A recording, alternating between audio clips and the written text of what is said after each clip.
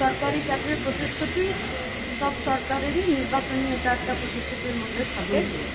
তারপরে পশ্চিমবঙ্গে একের পর এক নির্বাচন হওয়া, সরকারের প্রতিশ্রুতি দেওয়া এবং তার সাথে প্রত্যক্ষ অভিজ্ঞতায় আমরা যা দেখছি একটা দুর্নীতির পুরো জায়গা চলছে। দীর্ঘদিন ধরে লড়াই চলল। 2016-তে যারা রিক্রুটেড হয়েছিলেন, রূপসী, রূপী, মাস্টুর সাহেব, দিদিমণি, কোর্ট অব্দি কেস গড়ালো, দুর্নীতি অর্গানাইজ করলো সরকার। আজকে তাদের সবার চাকরি বাতিল হলো। আমরাও ডিওয়াইফাই এই লড়াই আন্দোলনে ছিলাম, কেস খেয়েছি, মার খেয়েছি, তাদের জ্বালা যন্ত্রণা শরিক হয়েছে এবং তাদের জ্বালা যন্ত্রণার একটা বিরাট অভিব্যক্তি ছিল, সেই অভিব্যক্তিকেও আমাদেরকে শুনতে হয়েছে। কিন্তু তারপরেও আজকে সবার চাকরি বাতিল হলো। পশ্চিমবঙ্গের ভবিষ্যৎ তাহলে আমাদের এটাই হবে। সেকেন্ড রান 26,000, তার মানে তো তার পরিবার করলে প্রায় 1 লক্ষ মানুষ চেষ্টা করছে এবং এটা এই ধরনের অবস্থা তৈরি হচ্ছে, এটা বোঝা যাচ্ছে।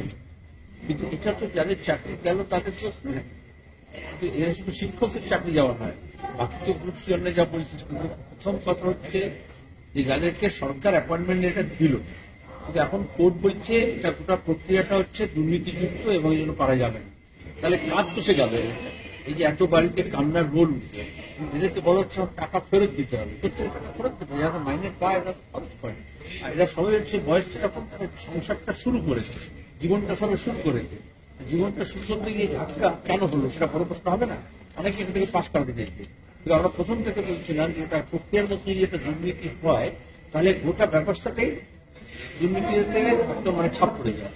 একটা নর্দমাদি যদি একটা নোংরা জল যায়, আশপাশটা দূষিত করে, তাহলে কয়েকজন লোক মন্ত্রী হতে পারে, অফিসার হতে পারে, স্কুল সার্ভিস কমিশন হতে পারে, স্কুল বোর্ড হতে পারে, স্কুল কর্তৃপক্ষ হতে পারে, এবং কিছু লোকজন দুর্নীতি করে যায়। কিছু লোক তো দোকান খুলে, কোম্পানি খুলে চাকরির জন্য টাকা তুলেছে, টাকা বিলি করেছে। এদের মধ্যে আমি বলছি না সবাই দোষী, আমরা কখনো বলিনি। কিন্তু একবার যদি গোটা ব্যবস্থাটা ত্রুটিপূর্ণ হয় তো আইন কি দেখে? আইন তো গোটা সামগ্রিকভাবে দেখবে। এখানে বলা হচ্ছিল বারবার যে তোমরা বেছে দাও যে কে ঠিক ঠিক পরীক্ষা দিয়েছে, চাকরি পেয়েছে, এবং আমাদের বিশ্বাস বেশিরভাগটা তাই।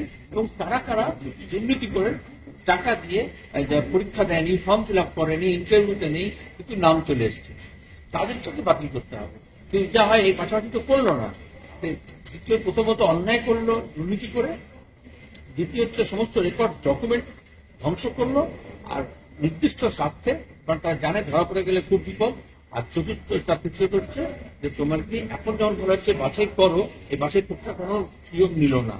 এখন উচিত এই পরিবারগুলো ভাষার থেকে বাঁচবে কি করে, কারণ এদের সঙ্গে স্কুল শিক্ষাটাও যুক্ত। কারণ স্কুলগুলো যখন কাউকে টিচার থাকবে না, তো এটা তো ড্যাং ড্যাং করবে। বিজেপি তৃণমূল তো চাইছে গোটা দেশে সরকারি শিক্ষা ব্যবস্থাটা তুলে দিয়ে প্রাইভেট স্কুলটা হোক।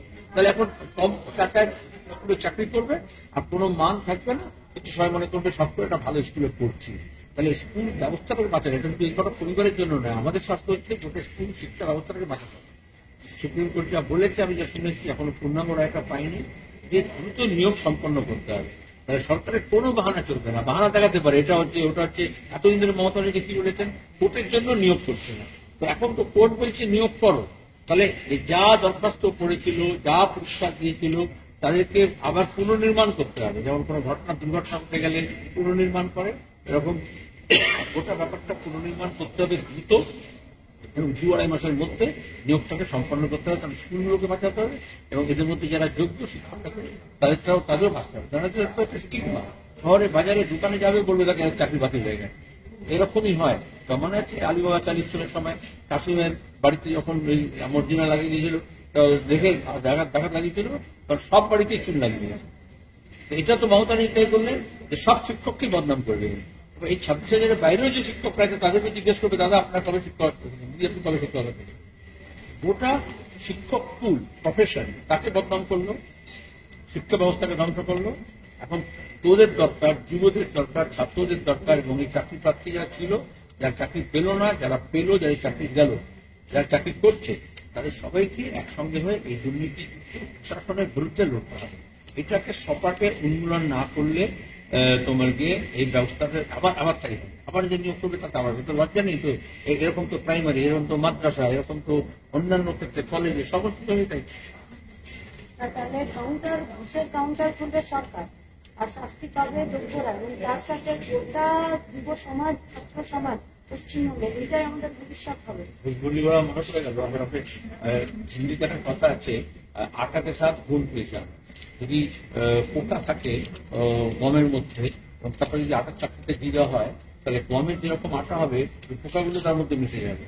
তাহলে দুর্নীতিযুক্ত করে ঘুষের টাকা নিয়ে চাকরিদারদের কি করেছে, পোকা এবং গম একসঙ্গে পেশাই করেছে।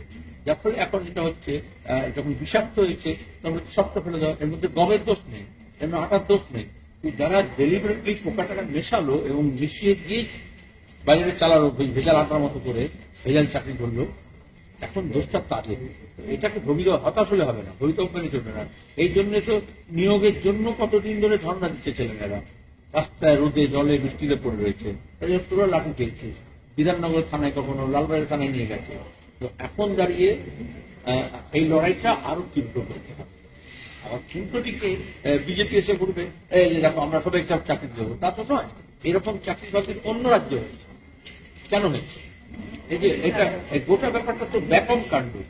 মধ্যপ্রদেশে RSS প্রথমে করে ব্যাপক কাণ্ড, যেটা হচ্ছে ব্যবসায়িক পরীক্ষা, যেখানে চাকরি এবং ভর্তির জন্য পরীক্ষায় দুর্নীতি করে। সেখান থেকে তৃণমূল শিখেছে, RSS এর ঘরে শিখেছে দুর্নীতিটা।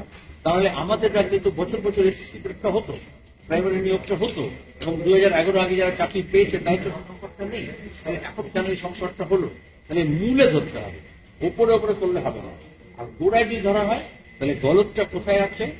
দুর্নীতিযুক্ত লোকেরা যদি দুর্নীতি করে ভোটে যায়, তাহলে সব ব্যাপারটাই দুর্নীতিযুক্ত হয়।